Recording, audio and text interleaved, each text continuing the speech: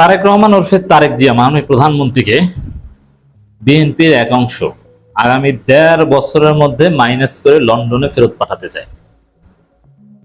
অবাক হচ্ছেন, চমকে উঠছেন? ঘটনা সত্য। দর্শক, বিএনপির মন্ত্রীদের মধ্যে একটা অংশ যে ভারতপন্থী, এটা টেস্টেড এবং ভারতের কাছে দে আর ট্রাস্টেড। বিশেষ করে আমির খসরু মাহমুদ চৌধুরী এবং ইকবাল হাসান মাহমুদ টুকু, এরা যে ভারতপন্থী এতে তো কোনো সন্দেহ নেই। আমি দেখাবো যে এই মন্ত্রীরা, বিশেষ করে এই দুইজন ভারতপন্থী মন্ত্রীদের মধ্যে সবচেয়ে পাওয়ারফুল এবং গুরুত্বপূর্ণ হচ্ছে তারা কিভাবে তারেক রহমানকে বিপদে ফেলে আবার লন্ডন যাওয়ার ব্যবস্থা করতে চায়, সে ব্যবস্থা করছে। দর্শক, এই আলোচনাটা বেসিক্যালি সামনে এনেছেন আমাদের অত্যন্ত প্রিয় এবং শ্রদ্ধেয় গৌতম দাস। যদিও তিনি এইভাবে বলেন নাই, তিনি আলোচনাটা অন্যভাবে এনেছেন, কিন্তু আমার দৃষ্টিটা আরো একটু গভীরে। কিন্তু আলোচনাটা বেসিক্যালি সামনে এনেছেন তিনি। এই যে আমির খসরু মাহমুদ চৌধুরী বলছেন যে আমরা গ্যাস সংকট সমাধানের জন্য নানান উদ্যোগ নিচ্ছি, কিন্তু পূর্ণাঙ্গ সুফল পেতে 2 বছর সময় লাগবে। আবার ইকবাল হাসান মাহমুদ টুকু বলছেন যে আমার কিছুই করার নাই, মানে তিনি হাল ছেড়ে দিয়েছেন। আবার বলছেন যে সামনে সরকারি কর্মকর্তাদের বেতন দেওয়া যাবে না হয়তো। আবার আরেক প্রতিমন্ত্রী বলে দিয়েছেন যে আমাদের টাকা নেই। এটা কেন? এটা নানান দিক আছে কেন তারা এই বক্তব্য দিয়েছে, কিন্তু আমার বিশ্লেষণ হচ্ছে তারা ভারতের দালাল হয়ে তারেক রহমানকে মাইনাস করতে চায়। কারণ ভারতের অন্যতম প্রধান শত্রু এখন তারেক রহমান, জিয়াউর রহমানের সন্তান, খালেদা জিয়ার সন্তান। কোশ্চিন কালো ভারত বিশ্বাস করবে না, বিএনপিকে বিশ্বাস করবে। এজন্য ভারত বিএনপির ভারতপন্থীদের বুঝিয়েছে, আর তোমরা যারা ভারতপন্থী বিএনপি তোমরাই ক্ষমতায় থাকবা, আওয়ামী লীগ তো আর চাইলেও আসতে পারবে না, আর আসলেও তো সর্বোচ্চ বিরোধী দল অথবা তৃতীয় বৃহত্তম দল, আওয়ামী লীগ তো আর ক্ষমতায় আসতে পারবে না। অতএব তোমরাই থাকবা, কিন্তু ভারতের সাথে সম্পর্ক রেখে থাকো। আর বিএনপির মধ্যে যারা ভারত বিরোধী ওদেরকে মাইনাস করো। কিসের ভারত বিরোধী? তারেক রহমান প্রধানমন্ত্রী, আরে আমির খসরু তুমি প্রধানমন্ত্রী হবা, ইকবাল হাসান মাহমুদ টুকু তুমি হবা অল ইন অল, তুমি হবা মহাসচিব, এরকম একটা বুঝ দিয়েছে। তাহলে কিভাবে তারেক রহমানকে বিপদে ফেলতে হয়? -2 অর্ধেক তো বাস্তবায়ন হয়ে গেছে, যেভাবেই হোক না কেন। শেখ পরিবার শেষ, এখন জিয়া পরিবারকে মাইনাস করতে হবে।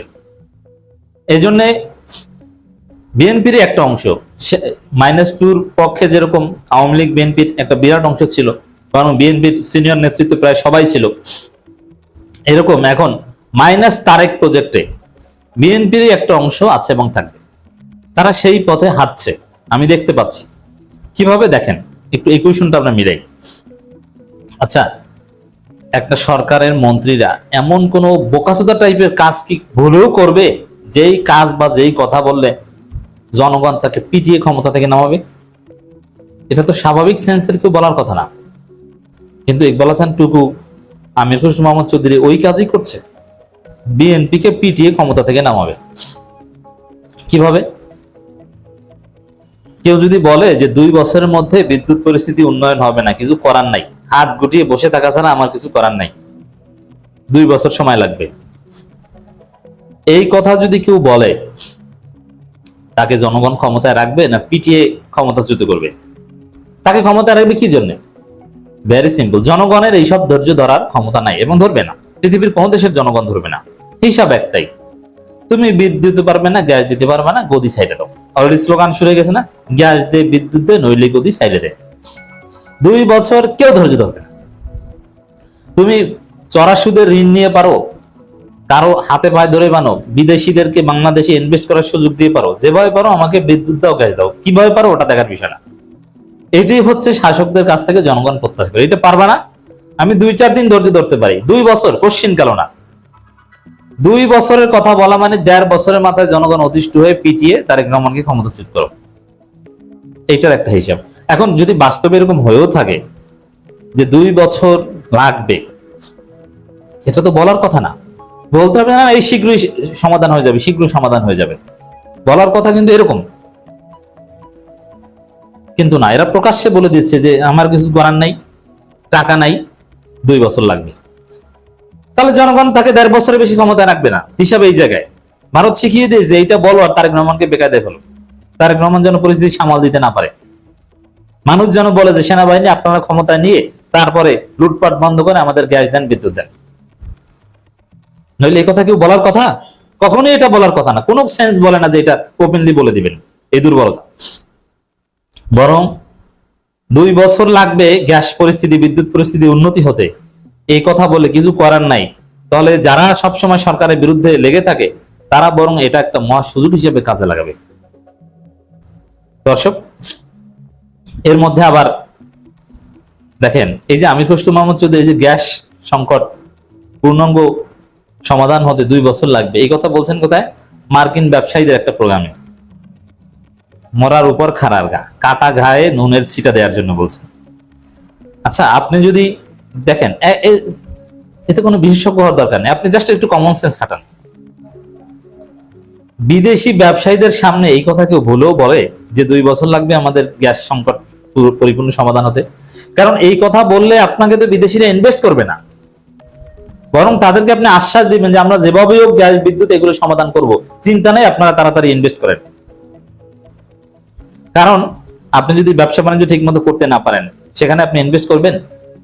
আপনি যদি জানেন যে বিপদ আছে, 2 বছরে বিপদ কাটবে না, এই 2 বছরে আপনি ইনভেস্ট করবেন? আপনাকে কুত্তে কামড়াইছে? তাহলে এই কথাগুলো কেন বলছে?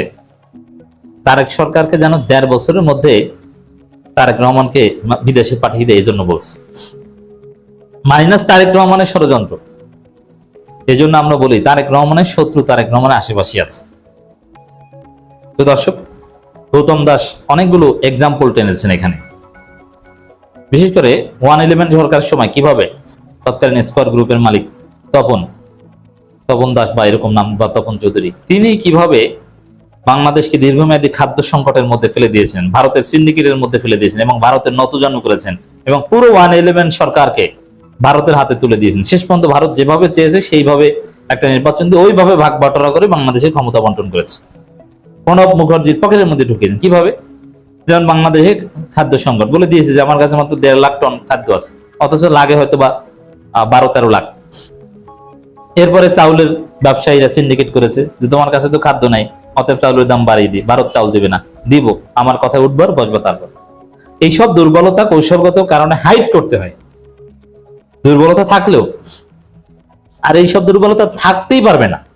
যেমন গ্যাস সংকটের পূর্ণাঙ্গ সমাধান হতে 2 বছর লাগবে না।